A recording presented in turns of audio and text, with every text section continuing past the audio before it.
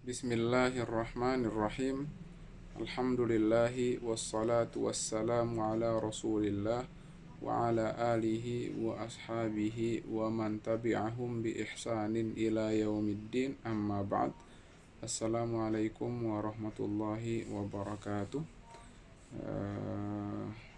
Kefahadukum santri-santri kelas 9 yang ana cintai. Alhamdulillah kita bertemu lagi di PJJ atau pertemuan jarak jauh dalam pelajaran hadis.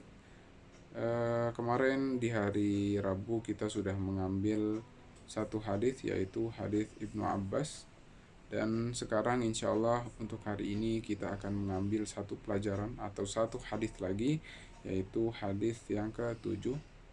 Dan lagi-lagi dan selalu alhamdulillah hadis yang akan kita ambil hari ini hadisnya pendek dan memiliki arti yang padat.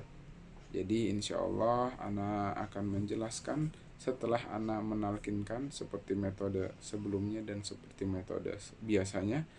Sebelum ana membacakan dan ana mulai, ana berharap kepada antum semua santri kelas 9 agar sudah menyiapkan alat tulis seperti pulpen, pensil, dan buku tulis agar bisa mencatat atau menulis hal-hal yang penting ketika ana menjelaskan atau menuliskan ketika ana berbicara tentang faidah atau mutiara hadis yang akan kita pelajari hari ini. Ana bacakan terlebih dahulu hadisnya. Bismillahirrahmanirrahim. An Abi Hurairah radhiyallahu anhu anin Nabi sallallahu alaihi wasallam qala laisal ghina an kathratil ardi walakinnal ghina ghinan nafsi, rawahu al-Bukhari. Ana ulangi sekali lagi. Al hadisu as-sabi' an Abi Hurairah radhiyallahu anhu anin Nabi sallallahu alaihi wasallam qala laisal ghina an kathratil ardi walakinnal ghina an nafsi, rawahu al-Bukhari. Ana terjemahkan hadisnya dari Abi Hurairah, semoga Allah meridhoinya, dari Nabi Muhammad sallallahu alaihi wasallam bersabda, kaya itu tidak diukur dengan banyaknya harta, namun kaya itu adalah hati yang merasa cukup. Hadis yang diriwayatkan oleh Al-Imam Al-Bukhari. Ya. Sudah, insyaallah antum sudah mencatat artinya atau terjemahannya. Ana jelaskan dari sahabatnya, yaitu Abi Hurairah. Alhamdulillah kita sudah mengambil ta'arif atau bukan pengertian, maksudnya pembahasan tentang sahabat yang bernama Abi Hurairah, ya, untuk mengingatkan atau menyenggarkan ingatan antum. Abi Hurairah adalah sahabat yang paling banyak meriwayatkan hadis dari Nabi Muhammad sallallahu alaihi wasallam. Jadi kalau ditanya siapakah sahabat yang paling banyak meriwayatkan hadis, jawabannya adalah Abi Hurairah. Dan beliau adalah salah satu orang yang iltizam atau mulazamah, orang yang selalu nempel dekat dengan Nabi Shallallahu Alaihi Wasallam. Makanya Abi Hurairah ini paling banyak meriwayatkan hadis. Dan beliau ini nama aslinya itu Abdurrahman ibnu Sakhrun. Jadi mungkin kita akan sering mendengar kalimat atau nama beliau Abi Hurairah, an Abi Hurairah, an Abi Hurairah, an Abi Hurairah, karena beliau yang paling banyak meriwayatkan hadis. Dan nama beliau siapa tadi? Abdurrahman ibnu Sakhrun. Ya, dari Nabi Muhammad sallallahu alaihi wasallam beliau bersabda, laisal ghina, bukan, laisa artinya bukan, al ghina artinya kaya. Jadi Kaya itu bukan an kathratil ardi, dari banyaknya harta dunia. Al ard itu artinya harta atau harta dunia, ya. Jadi kalau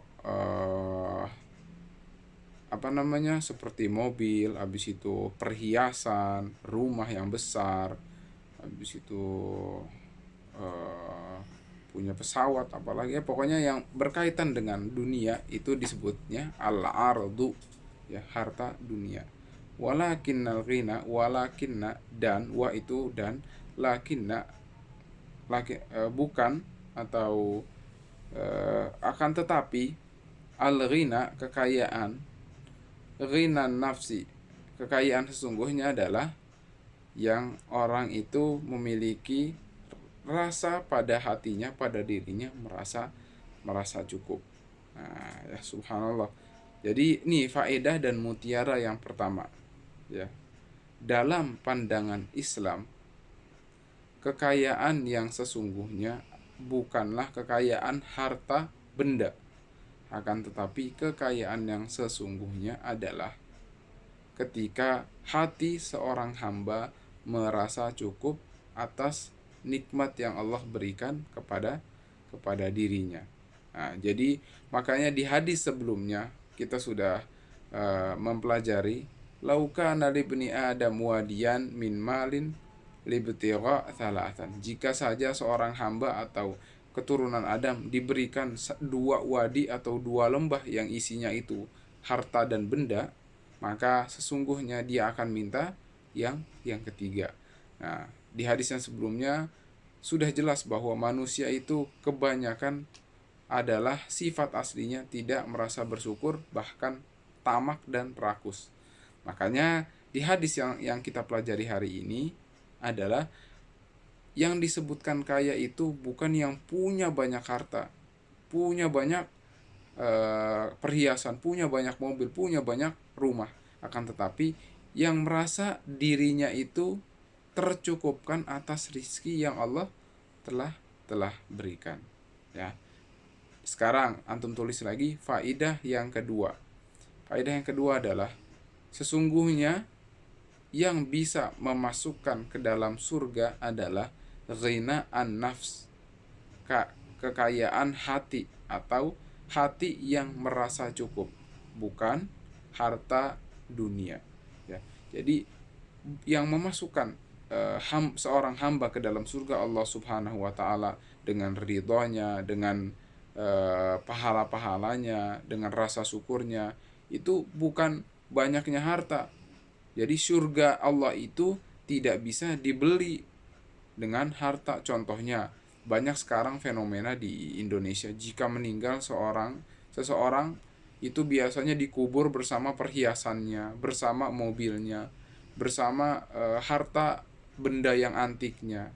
Itu tidak akan bisa menyogok atau membayar malaikat maut atau malaikat yang akan menanyakan di alam kubur. Akan tetapi yang menyelamatkan seorang hamba adalah hatinya. Bagaimana hatinya merasa bersyukur, bagaimana hatinya merasa lapang atau merasa cukup atas apa yang Allah telah berikan kepadanya. Itu faedah yang kedua. Faedah yang ketiga. Faedah yang ketiga adalah anjuran kepada seorang muslim untuk selalu qanaah. Qanaah itu apa? Qanaah artinya merasa cukup, ya. Jadi karena di hadis sebelumnya sifat manusia adalah rakus, maka di hadis yang selanjutnya peringatan dari Nabi dan anjuran dari Nabi untuk seorang muslim agar selalu qanaah, agar selalu merasa cukup. Jadi ketika kita sudah merasa tidak puas, sudah merasa ingin lagi, ketika kita sudah memiliki, contohnya antum sudah punya HP harganya 3 juta, ngelihat HP yang harganya 5 juta, ya Allah, anak pengen beli lagi, minta ke ibunya, minta ke bapaknya, padahal kebutuhan yang harus dia emban atau dia laksanakan itu, HP-nya itu cukup di HP harga 3-4 juta atau 2 juta atau 1 juta. Akan tetapi dia merasa tidak bersyukur dan ingin membeli yang harganya 5 juta, 10 juta, bahkan 15 juta. Nah, ini yang disebut tidak qanaah. Qanaah itu bersyukur apa yang telah diberikan Allah Subhanahu wa taala, dan hatinya tenang dengan merasa cukup. Dan faidah yang keempat adalah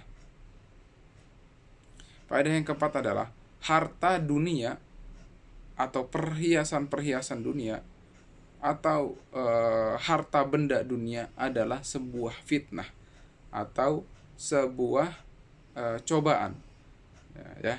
Jadi faedah yang keempat adalah kekayaan itu adalah salah satu cobaan dari Allah Subhanahu wa taala. Tidak banyak seorang hamba bisa melewati atau melalui ujian kekayaan. Nah, itu ada 4 faedah yang kita sudah ambil hari ini. Semoga antum paham, dan jika antum tidak paham atau memiliki pertanyaan bisa antum tanyakan via Japri atau melalui grup. Kita baca doa sebelum bubar. Subhanakallahumma wa bihamdika asyhadu an la ilaha illa anta astaghfiruka wa atubu ilaik. Assalamualaikum warahmatullahi wabarakatuh.